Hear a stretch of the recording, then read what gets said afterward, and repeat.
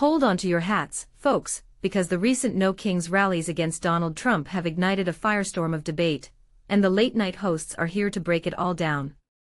But here's where it gets controversial.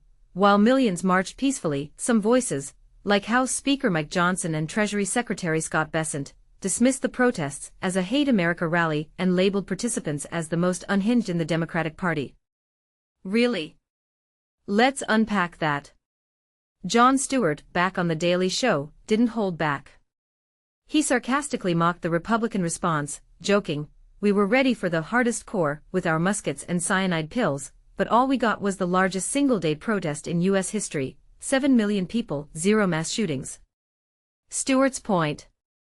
The peaceful turnout was nothing short of inspiring, yet Fox News called it silly and dumb.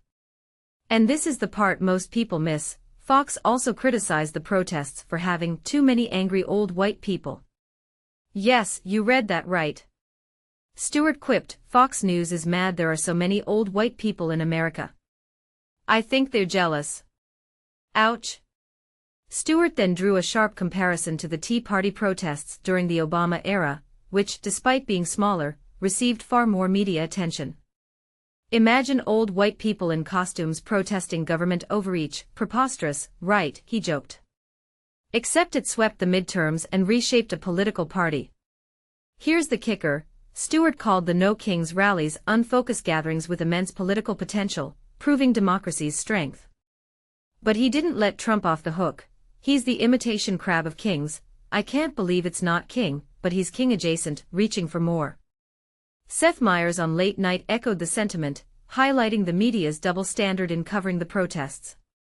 "Trump lies about the rallies, calling them small and paid for by Soros, but the truth is, they're unprecedented," Meyers said.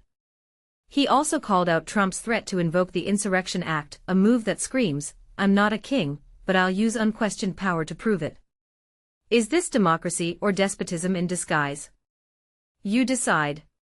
Meanwhile, Stephen Colbert tackled Trump's bizarre AI video response, where he's seen flying a jet, wearing a crown, and spraying protesters with feces. Disturbing.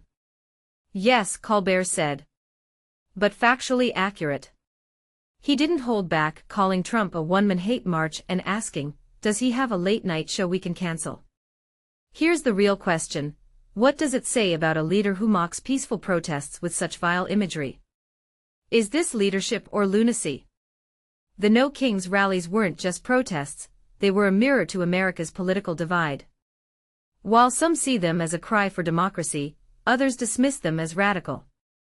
Where do you stand?